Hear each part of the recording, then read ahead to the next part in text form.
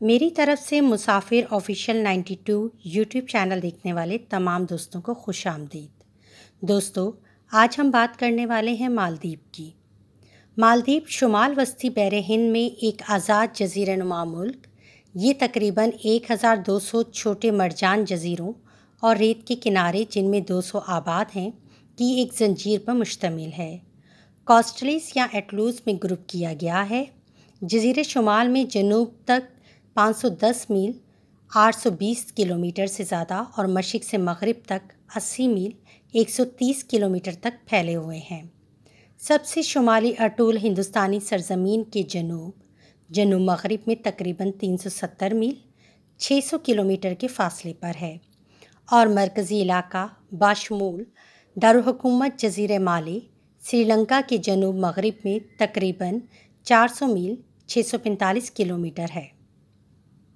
مالدیپ کی قدیم تاریخ حقیقت اور افسانے کا مرکب ہے۔ مالدیپ کی تاریخ وقت اور جوار کے بہاؤ کے ساتھ تشکیل دی گئی ہے۔ مالدیپ دنیا کی بڑی تہذیبوں سے متاثر رہا ہے۔ فونیشین مصری اور میسوپوٹیمیا قدیم زمانے میں جزائر سے گزرے ہیں۔ ہر ایک نے اپنا نشان چھوڑا ہے۔ مالدیپ کا مشہور گائے کا خول، جو کبھی دنیا کے مختلف حصوں میں بطور کرنسی استعمال ہوتا تھا، وادی سندھ کی قدیم بندرگاہ لوتھر کے کھنڈرات سے ملا ہے، جو 1400 قبل مسیح کا ہے۔ مشہور ماہر اسرار قدیمہ تھور ہیڈریل لکھتے ہیں کہ مالدیپ سب سے پہلے 2500 قبل مسیح میں سورج کی پوجا کرنے والے سمندری مسافروں نے آباد کیا تھا، جو کہ 2500 قبل مسیح میں بدھ مت اور بعد میں اسلام نے ملک کے مذہبی مناظر نامے کو تبدیل کر دیا۔ مالدیپ پر 1558 میں پرتگالیوں نے حملہ کیا اور 1573 تک ان کی حکومت رہی۔ 17ویں اور 18ویں صدی کے دوران جنوبی مغربی ہندوستان سے مالاباریوں نے مسلسل چھاپے مارے اور بالآخر 1752 میں ان کے ذریعے حملہ کیا۔ سلطانیوں نے پہلے تو فرانسیسیوں سے تحفظ طلب کیا اور پھر 1887 میں انگریزوں کے ساتھ تحفظاتی معاہدہ کیا۔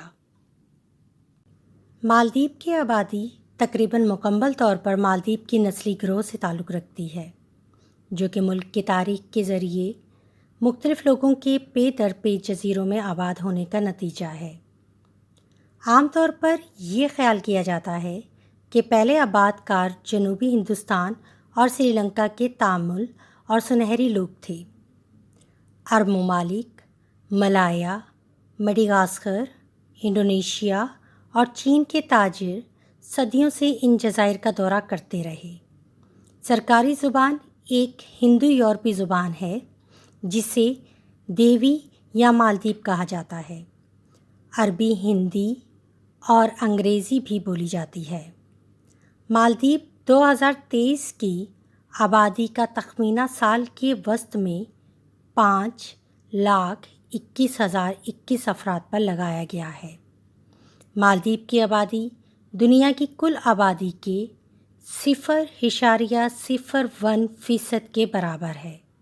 آبادی کے لحاظ سے ممالک اور انحصار کی فہرست میں مالدیپ کا نمبر 174 ہے۔ اسلام ریاستی مذہب ہے۔ حکومت کا کہنا ہے کہ یہ ملک 100% مسلمان ہے۔ 2020 کے آزاد و شمار سے پتہ چلتا ہے کہ ملک میں 98.69% مسلمان، 0.65% بدھ، 0.29% عیسائی اور 0.29% ہندو ہیں۔ بھائیوں اور اگنوٹس کی بھی بہت کم تعداد ہے۔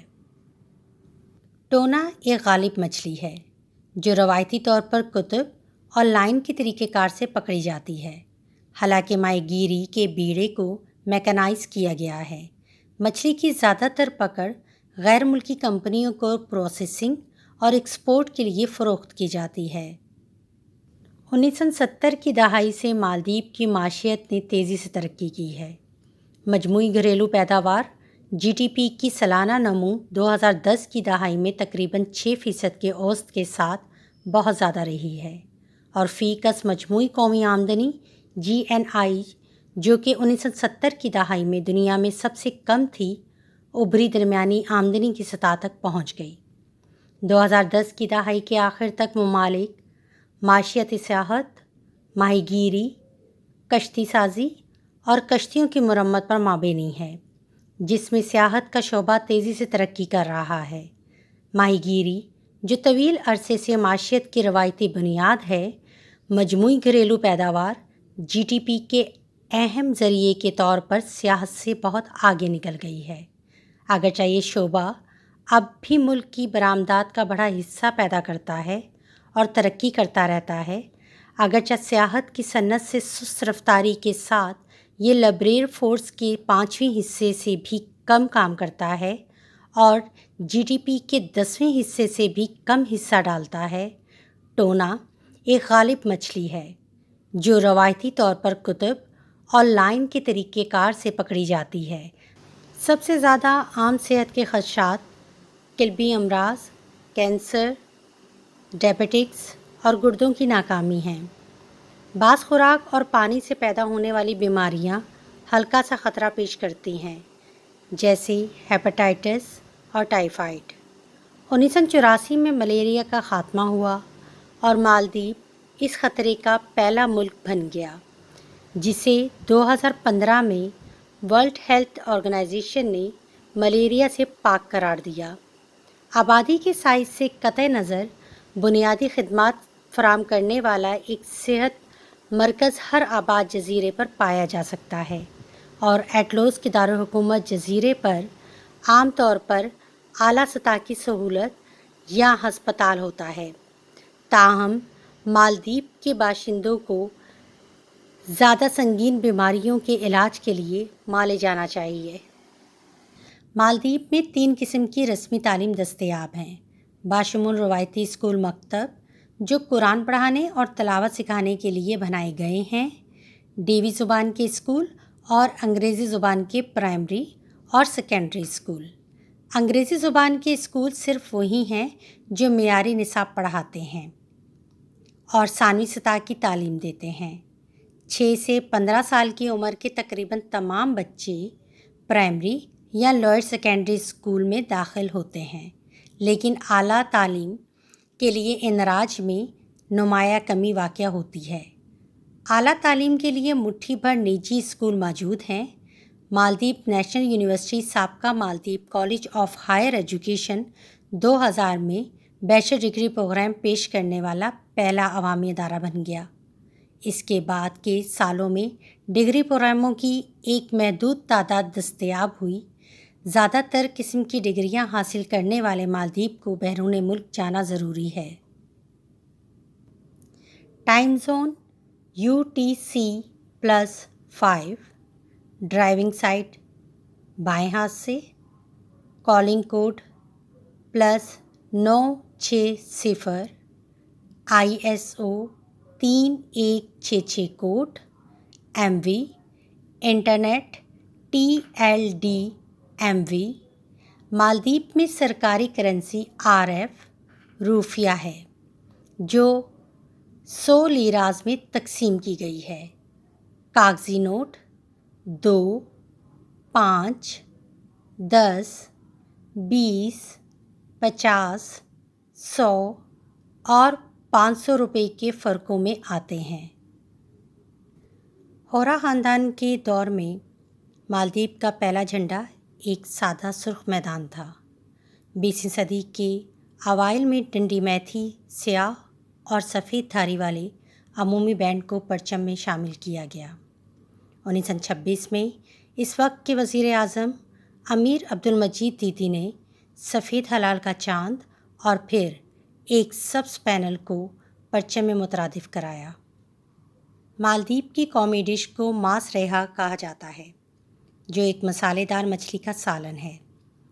یہ عام طور پر ٹونا کے ساتھ بنایا جاتا ہے اور اس میں عام طور پر مالدیپ کے کھانوں میں پائے جانے والے ذائقے ہوتے ہیں، جیسے ناریل، مرچ اور خوشبودار مسالے۔ فٹ بال ملک کے مقبول ترین کھیلوں میں سے ایک ہے۔ ملک میں فٹ بال سب سے زیادہ مقبول کھیل ہے جسے مالدیپ میں قومی کھیل سمجھا جاتا ہے۔ مالدیپ میں فٹ بال کو فٹ بال ایسوسی ایشن آف مالدیپ چلاتی ہے۔ یہ قومی فٹ بال ٹیم کے ساتھ ساتھ قومی لیگ کا بھی انتظام کرتی ہے۔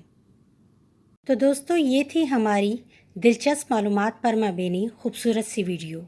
اگر آپ کو یہ ویڈیو پسند آئی ہو تو ہماری یوٹیوب چینل مسافر آفیشیل 92 کو لائک کریں، سبسکرائب کریں اور اس ویڈیو کو شیئر کریں تاکہ ہماری حوصلہ افزائی ہو سکے۔ اپنی قیمتی آراء کا اظہار کمنٹ باکس میں کیجیے۔ اب ملتے ہیں آپ سے نئی ویڈیو میں، تب تک کے لیے اجازت۔